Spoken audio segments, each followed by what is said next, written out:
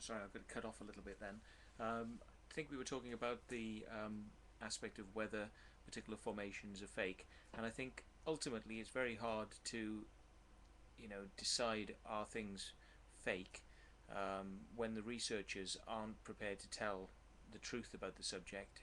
That they will often say that the work that we do is the real thing. So therefore, if what we do is the real thing, then there is no fakery because we in effect are the aliens. Um, Only once you come forward and say that a circle is made by you do the researchers sort of back off then and say, oh yes, we're not interested in this circle, this is not something that, yeah, we could tell, that's the great one, we could tell, we knew it was man-made after we told them it's man-made. So I think it's a bit of an off question really to say, uh, is a particular thing fake, because there are no fakes. I also think that it's a problem for me as a circle maker to go discussing what may or may not be some other team's work, and this is why we sort of don't really venture opinions forth. I mean, it's a problem from the point of view of a legal position because, as many of you may know, I was arrested in 2000 and prosecuted for making a formation in a farmer's field without permission. And since then, the the emphasis has been with most of the circle making teams on not really sort of talking about what they do. Um, there is the Circle Maker team from London, and they do sort of offer demonstrations, as I have myself, on how to make crop circles.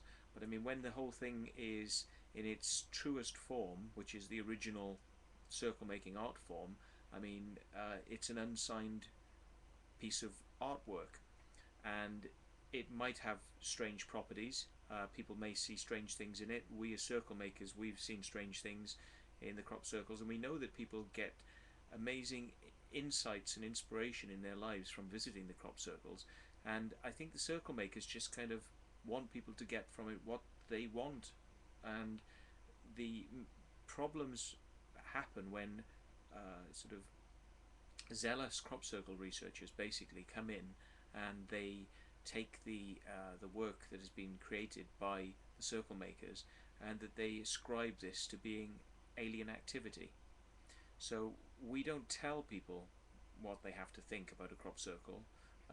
We simply make the crop circles and then we walk away, and other people come up with all these strange ideas and try to marry balls of light seen in the sky with the crop circle there in the field, which is obviously a false and problematic thing to do, So I have to be careful in not saying too much about specific designs, so I'm not going to comment about the actual authenticity, if you wish, from an alien point of view, or if being a man-made point of view of the alien face in the field near Chilbolton. But what I would say is that if you look at the design from a standpoint of how you would create it and you sort of disassemble it, you can see that basically what you're working with is a set of lines, and you're set of rows and columns basically, and some bits are going to be filled in and some bits aren't, and some bits are going to be filled in with the whole section filled in, and some bits are going to be smaller. So if you're working on a system and it's very systematic, you've got the whole thing mapped out, and you've got the whole thing mapped out on paper, I would imagine that you could say, well, I'm in row 5, column 6, and what do I do now? And you look down at the paper, and the paper says, well, it's a big circle in this one. You could create a big circle. And if it's the medium-sized circle, you've got your idea of what the big, the medium, the small size circles are, that you can create these, and you just keep going. And if you've got a team of people, and each person, sort of working from a design, can be either given instructions by the sort of team leader, or can be told, well, you're working on 5 circles on this line. It's a big a small, a big, big, small, small, really small, going off to nothing. So it's like, you can remember that, or maybe they say, well, work it out in threes. It's like a big, medium, a small.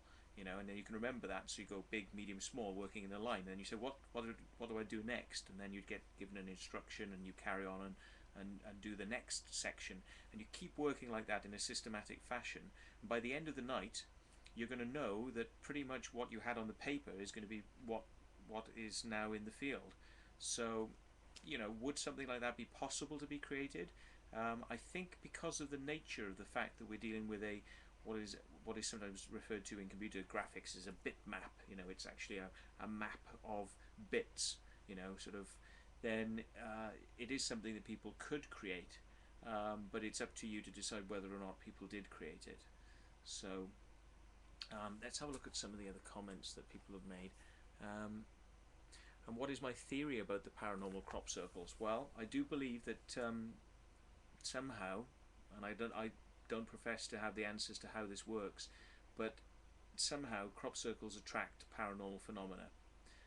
I think that because people are interested in these things, looking for them and excited by them, possibly even excited by believing that these things are extraterrestrial made, not human made, that has more of an effect.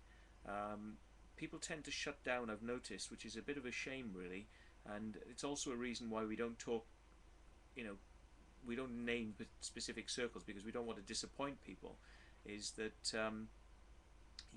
that if a circle is man-made, people go, I'm not interested in that anymore, and they basically become despondent with the subject. And the more that they learn about man-made circles, the more despondent they become.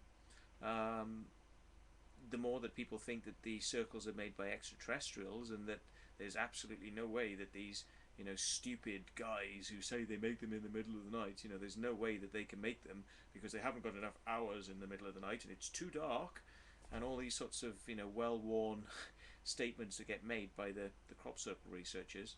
I forgot my train of point now. But we basically do make these things in the middle of the night. Paranormality.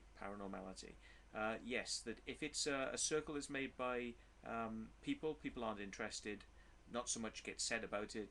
Very few people have strange experiences. But if you don't say anything about it, then people do get the strange experiences, and that's when things start to take take a different turn, and the amounts of strange experiences that people say they've had will create interest, so that people will go in that circle, and then they will feel energies, and they will have things happen to them. And I don't really know whether or not that's a genuine thing, that people are experiencing a real force, or whether or not it's through suggestion, and that people are kind of adding to the stories, and it becomes something that has more of a psychological effect. So I think we'll answer another few questions in the next YouTube thing.